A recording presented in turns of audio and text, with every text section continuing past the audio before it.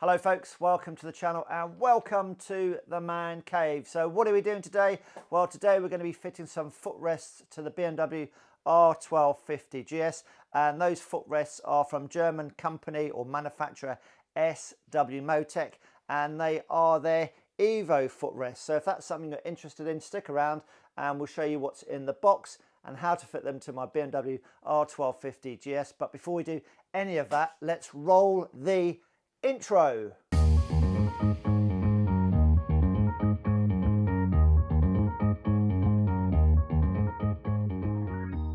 As a GS owner, I find myself looking on the internet at things to purchase. So the standard foot pegs are fine, actually no problems with it, but I just wanted something a little bit more beefy, a bit more adjustment. SW-Motech do these EVO footrests. So what you need to do is go onto the website. So in my case, I went onto the UK website of SW-Motech, put in the bike's details, and then the computer will either say yes or no as to whether SW-Motech do footrests for your particular bike. They don't just do them for GSs, they do them for lots of models of motorbikes. So put your details in there, and living within the UK, the price for that, including shipping, for a set of these footrests is going to be £134.99.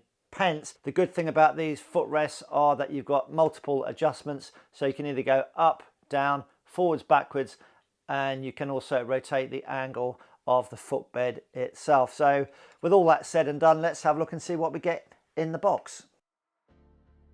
First off, it's a nice box. Footrests are bike specific, so make sure they've sent you the correct ones. We have the footrests, which are very nice. You get a bag containing some documentation, footrest hinge adapters, and some other mounting paraphernalia. And we don't need this. This is the TUC test certificate if you need it, and you can download the fitting instructions by taking a picture of this. We have some beautifully crafted aluminium footrest hinges, some other mounting bits and pieces,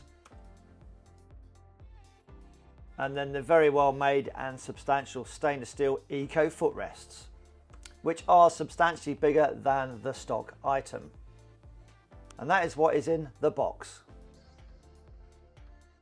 So the first thing I've done then is printed off the fitting instructions and then just made sure that all the bits and pieces that I need to fit the footrest kit onto the bike are present and correct.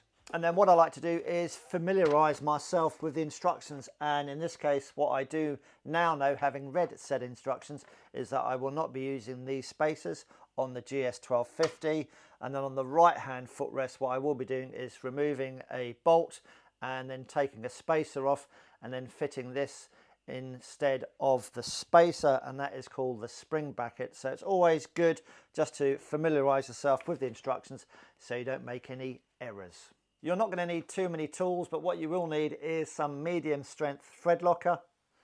And if you have it, and this is what I'm going to use, is a jewellery type small flat bladed screwdriver, and that is to remove the E kind of circlip, I think that's the right word, which is at the bottom of the retaining pin on the footrest. So this is the one I've removed already, and at the end of that is an E-clip. And then basically what we're going to do is, well, that's how I'm going to do it anyway, there's more than one way to skin a cat, is pop that small bladed screwdriver into the gap and then just remove that E-clip, which will mean then you can remove the pin from the footrest. I may as well show you how I'm going to do that now actually. So I'm going to push on the top of the pin, that will just give me maybe a little bit more of a gap, and then with the small screwdriver just pop it in there and then just tease it forward ever so slightly. If you go crazy on it, it's going to ping off and you're going to lose it. What you can do is put a cloth around it or a carrier bag, so if it does ping off, it's just going to stay in the carrier bag. So that is how you remove the E-clip. And then once the E-clip has been removed, you can just remove the pin. Very simple. Another way to remove this E-clip is using a small adjustable spanner.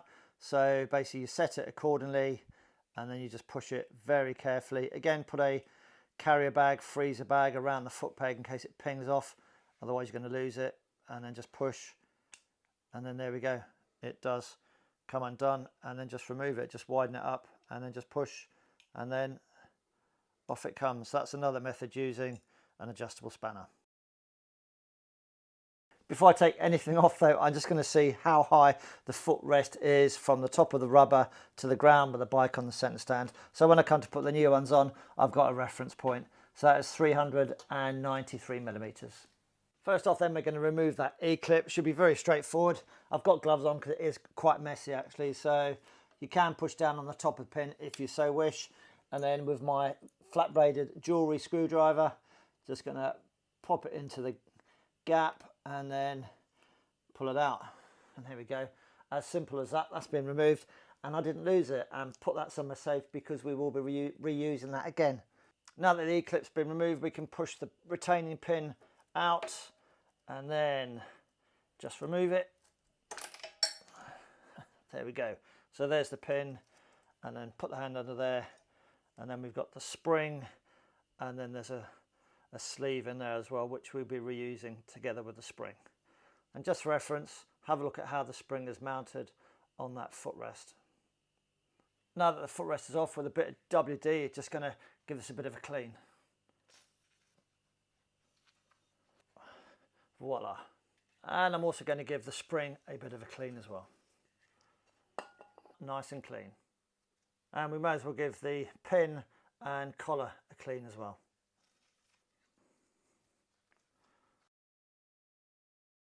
Just for reference, before we start fitting stuff back onto the bike, we have the mounting point here on the left hand side. 2 holes. We'll be using the hole furthest forward towards the front wheel. So this is the spring that we took off from the left hand footrest, and for orientation wise, the straight part here will actually go into the hole that's furthest forward, and then that's how it's going to sit in the mounting point, like that. There are 2 mounting brackets, so you've got a left and a right one. So the left one then has got an L on it and the right one has got an R on it. So that keeps it fairly simple. In relation to the orientation, which way in does it go? Well, basically you can see that there's a chamfer part here. So the chamfer part points upwards, so it goes in like that. Here we are then at the fitting stage. You're going to have to put some grease onto the pin that you removed earlier on. So I've already put some grease on there. And then we just basically build it up. So there's the new footrest holder. It's got an L on it for left, and we've already said the chamfered side is going to be pointing upwards, so I know it's going to go in like that. So everything's now nice and clean. So what we're going to do is take the spring that we took off earlier on, and then with that spring we're just going to put the collar inside. Again, everything is nice and clean, and then just pop it all in that way, like so. And then basically what you do is put the front straight edge into the forward hole like that. There we go. So that's in there, and the hook is on the top here. And then basically it's a combination of waggling the pin and then pushing down on your thumb on the spring and the collar until they all sort of marry up, and just waggle it about and it will go in. There's the first part in, and there we go. So it's in. So that is in, and that all works. It's as simple as that. And then not forgetting the E-clip, and then pop it onto the groove on the bottom of the pin. And that is one secure foot peg holder. So moving on to the right hand side then, I have already removed the foot peg. It's exactly the same as you did for the left hand side.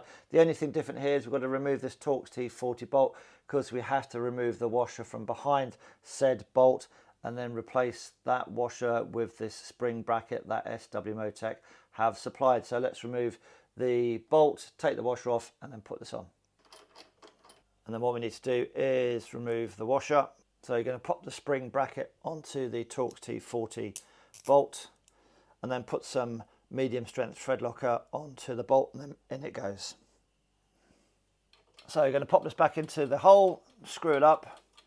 The instructions actually don't tell you, but I've already fitted it. What you need to do is make sure that the spring bracket hole does not rotate down when you torque the bolt. So what I've got is a small screwdriver, bit of tape on it to prevent any scratching. Can use a nail, I suppose, so I'm just going to pop that through the hole. This is what's going to happen if you don't do this. That's going to go into the wrong position when you torque it down. So yeah, the instructions don't tell you, but this is what I've done. Hopefully it's a handy hint and tip. So I'm going to torque this down to 20 Newton meters, and then what will happen is it won't rotate that spring bracket as we tighten it down. So there we go, 20 Newton meters is what we're looking for. Go and check online to get the torque setting for this one. This is what I'm using though, and 20 Newton meters. There we go. And just remove it, and then the spring bracket hole is still in the right place. This is how it looks then once it's been torqued up. If that hole is any lower, then you'll have really serious problems in putting the pin and the spring and the footrest holder all back in. So this is how it's got to be. I'm not going to lie, the right hand side is a bit more fiddly, a bit more faffy than the left hand side. So I've cleaned everything off, the spring, the collar, and greased the pin, and we're going to put everything back then. So there's the right hand footrest holder, and there's everything there nicely cleaned. So we're going to pop that. The chamfered edge goes upwards. I'm going to pop the spring in there, and then the straight edge goes into the hole, and then we've got the collar will go in here. So there we go, collar's in there. This is a faff, so this is about the third time I've done it. So there we go, and you just might have to just press down with your forefinger just to get all the holes lined up, and then take the pin and then just work it in as best you can without using too much foul language as I've been using. There we go, that's in. There we go. So if that hole in the spring bracket is too low, you'll have tremendous problems putting that pin through. So if you are having problems, just undo the nut, and then just move the spring bracket hole up to here. There we go, and that is job done. Lastly then, take the E-clip and refit the E-clap. If you need to, just push the pin down to give you a bit more clearance. There we go, that's clicked on, and that's all good. Finally, it comes to fitting the footrest onto the footrest holder. Basically, you've got a degree of height adjustments depending on where you put the cam on the footrest holder. So the original footrest was 393 millimeters. So with the cam in the lowest position on here, that will give me a footrest height from the ground to the top of the rubber of pretty much 393 millimeters. So that's what I'm going to go with. And then if you want to have the footrest higher, just rotate the cam on the spline, and then that will take it, I think got about 15 mil of height change, so that will take it to about 410 millimeters from the ground, and then you can adjust the angle forwards and backwards as well. So lots of adjustments. So what we're going to do now is fit it in the low position. I'm more than happy with that. So all the marks line up, and then that then goes on the end. I'm going to have it level, actually, the footbed level, and I'm going to keep the rubbers in. If you want to take the rubbers out, then you just undo the 8mm bolt there, and then just take the rubber out. Basically that fits on there, and to keep it all nice and secure, we've got the bolt and a retaining cap, and that secures over there, and then the bolt goes in the hole there with some blue medium strength thread locker, and then we'll tighten that up to, let me check on that folks, it is on the paperwork, we tighten that up to 30 Newton meters. So to torque this up to 30 Newton meters, I've just found it easier to remove the 8mm bolt from under here. Then we can just remove the rubber cap, and then with the torque wrench and a 6mm Allen key kind of bit, set the torque wrench to 30 Newton meters, and then torque it up. There we go. And that's what it looks like without the rubber insert. And then let's just pop the rubber back on there, because I'll be using it with the rubber, and then just put some blue thread locker on there, and then screw that up as well. Blue thread locker, and then we do this up to about 3.5 Newton meters, but I'm just going to do it up to what I think is 3.5 Newton meters. Finally then, the installation from start to finish is going to take you no more than 30 minutes, fairly straightforward. In relation to the height that I've mounted the EVO foot pegs in, they are mounted in the lowest position, which compared to the stock items is pretty much exactly the same. So I've not had to adjust anything in relation to the gear, lever or the rear brake either. So happy with that. So that's one thing less to do. I've already been out for a ride on the bike, and straight away I can tell that these are certainly better than the stock foot rests. So I'm happy with that. Both sat down on the bike and standing up as well. One thing I will say is, once you've been for a ride, just make sure that all the bolts and things like that are still nice and secure, and adjust if required. Well, that's it folks, I hope you enjoyed the video. If you're on the market for a set of footrests, I can recommend the footrests from SW-Motech. Nice quality, not cheap, but you pay for what you get. Make any comments in the comments section down below. As ever, ride safe, and we will see you again soon in the next video. Cheerio for now.